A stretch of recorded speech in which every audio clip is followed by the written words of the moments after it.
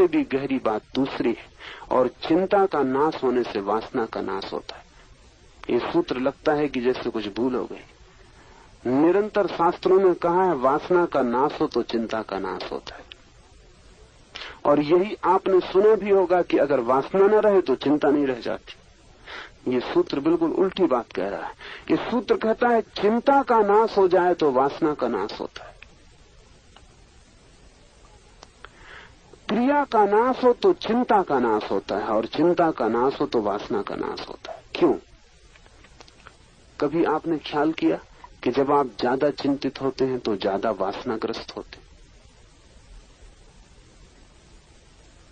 जब मन में ज्यादा परेशानी होती है तो काम वासना ज्यादा पकड़ती, क्योंकि मन की परेशानी भी काम वासना के साथ बाहर निकल जाती है, हल्का हो जाता है। जब चित्त क्रोध में होता है तब भी काम वासना ज्यादा पकड़ती है। चित्त प्रफुल्लित हो, आनंदित हो, काम वासना कम पकड़ेगी।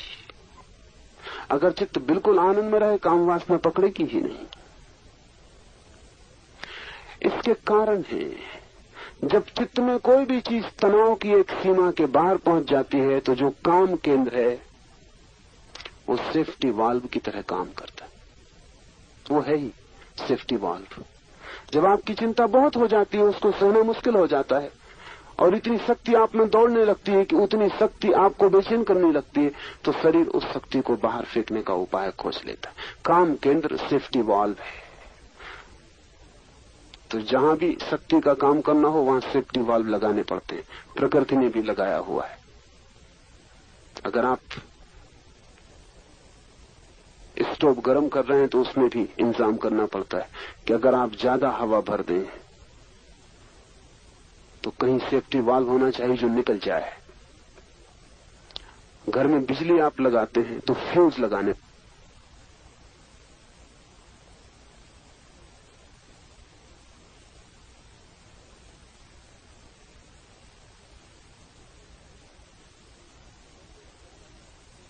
जैसे ही ज्यादा शक्ति खींचने की स्थिति बनेगी फ्यूज टूट जाएगा और शक्ति निष्कासित हो जाएगी, आप बच जाएंगे।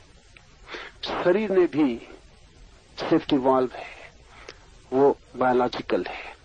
सेक्स सेंटर, काम केंद्र सेफ्टी वाल्व है।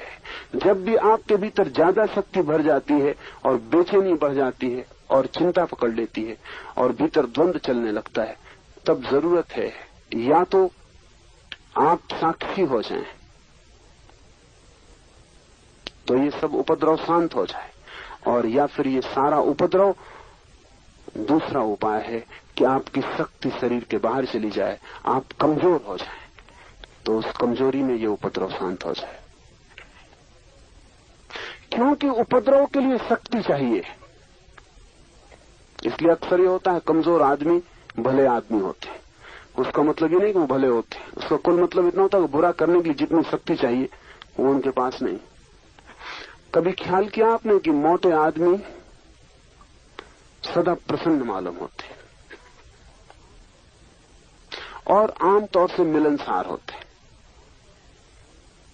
और आमतौर से झगड़ेलू नहीं होते? क्यों? अगर आप पूछें फिजियोलॉजिस्ट से, शरीर शास्त्री से, तो वो कहता मोटा आदमी लड़ नहीं सकता, लड़े तो पिटेगा, तो मिलनसार हो जाता, क्योंकि वो झंझट, वो लड़ने का काम हो नहीं सकता उनसे, करेंगे तो उसमें पिटेंगे, इसलिए वो मुस्कुराते रहते। मुस्कुराहट का मतलब ये है कि कोई झगड़ा नहीं करना है किसी से, तो सब ठीक है, झगड़े में नहीं उतरना है। मोटा आदमी भाग नहीं सकता, और झगड़ा हो तो दो ही उपाय हैं, या तो लड़ो या भागो, वो दोनों नहीं कर सकता, झगड़ेलू नहीं रह जाता। मगर इसका ये मतलब नहीं कि झगड़ा समाप्त हो जाता।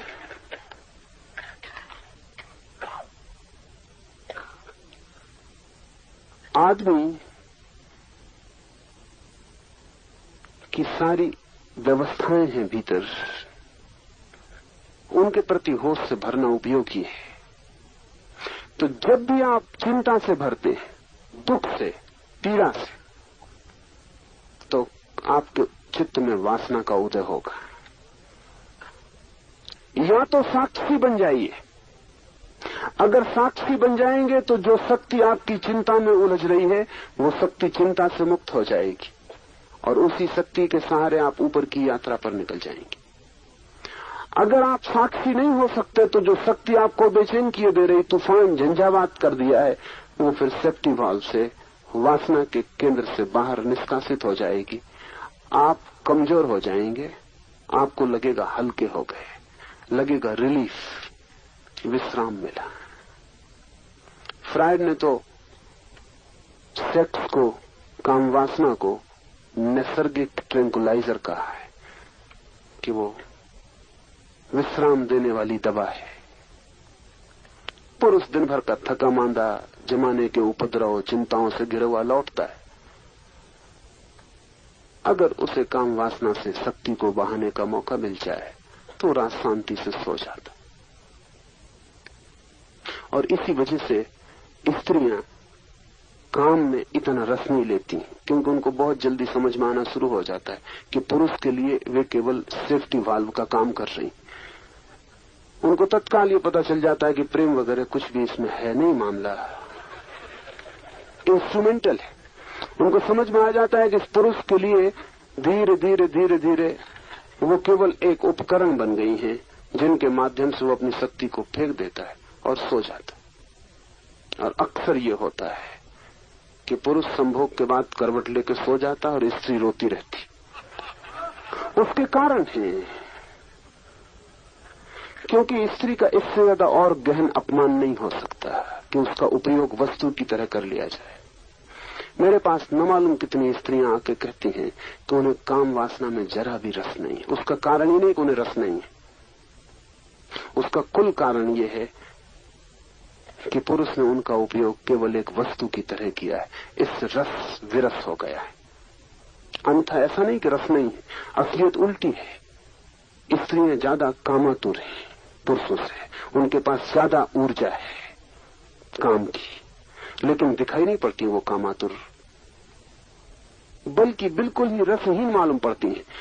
पुरुष को भी वो ऐसा मान के चलते हैं कि ठीक है, निपटारा हो जाता है, झंझट मिटी। बाकी कोई रस स्त्रियां लेती नहीं मालूम पड़ती।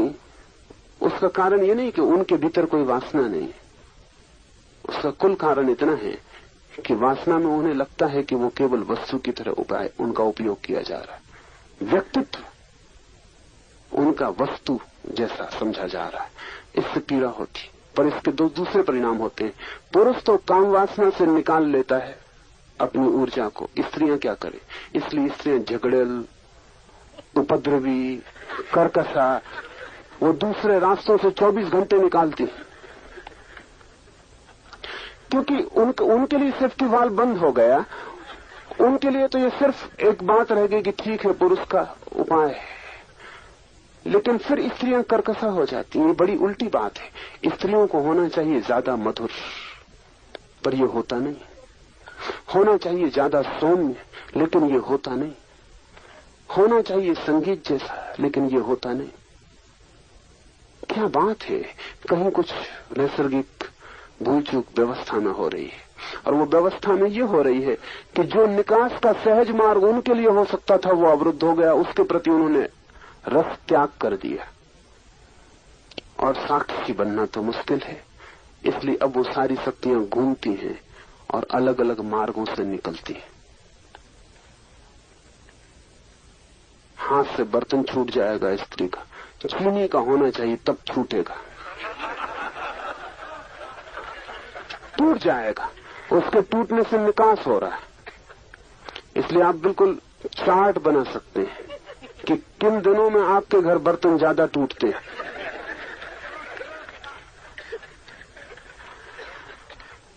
और आप अनिवार्य रूप से ये पाएंगे कि जब भी स्त्री की ऊर्जा निष्कासित नहीं हो पाती तब वे टूटेंगे। तब 25 उपाय से स्त्री अपने क्रोध से, अपने तनाव से अपनी शक्ति को बाहर फेंकना चाहेगी। जब चिंता होती है चित्त पर भारी, तो चित्त वासना की तरफ दौड़ता है। इसलिए सूत्र कहता है चिंता के नाश होने से वासना का नाश होता है। ये सूत्र बहुत अनूठा है और ये बहुत प्राचीन है और मनस्विद तो अब इसका पता लगा पा रहे हैं। अगर आप निश्चिंत हो जाएं तो वासना क्षीण हो जाएगी। अगर आप बिल्कुल निश्चिंत हो जाएं तो वासना की तरफ चित्त दौड़ेगा ही नहीं, क्योंकि वासना केवल एक अनिवार्यता है। जब आपके भीतर सीमा के बाहर तूफान उठ जाता है, उस तूफान को निष्कासित करने का। अगर उतना तूफान उठता ही नहीं है तो वासना क्षीण हो जाती, लेकिन ऊर्जा क्षीण नहीं हो जाती। वासना क्षीण हो जाती, ऊर्जा तो इकट्ठी होती चली जाती। और हर चीज एक सीमा के बाद रूपांतरित होती है। जैसे हम गर्म करें पानी को तो 100 डिग्री पर भाप बन जाता है। 100 डिग्री गर्मी जब इकट्ठी होती है तो पानी भाप बन जाता है।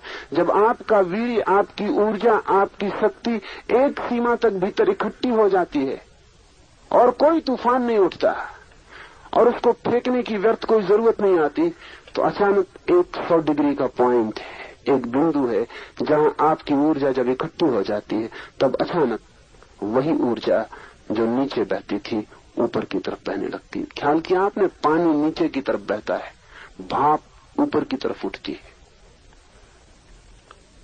100 डिग्री पर जो नीचे की तरफ बहना जिसका स्वभाव था पानी, वो अचानक उत्तप्त होकर भाप बन जाता, ऊपर की तरफ उठने लगता, बादलों की तरफ जाने लगता। आपके भीतर भी यही घटना घटती है। एक जगह है, एक बिंदु है, एक इवोपरेटिंग पॉइंट है जहां वाष्पीकरण होता है। वहां जब ऊर्जा इकट्ठी हो जाती, अचानक आप पाते हैं जो नीचे जाता था वही व्यक्तित्व वही ऊपर जाने लगा, जो बाहर की तरफ दौड़ता था वही भीतर की तरफ दौड़ने लगा।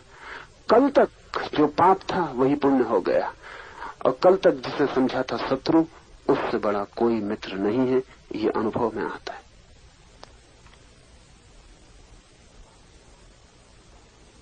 वासना नाश मोक्ष।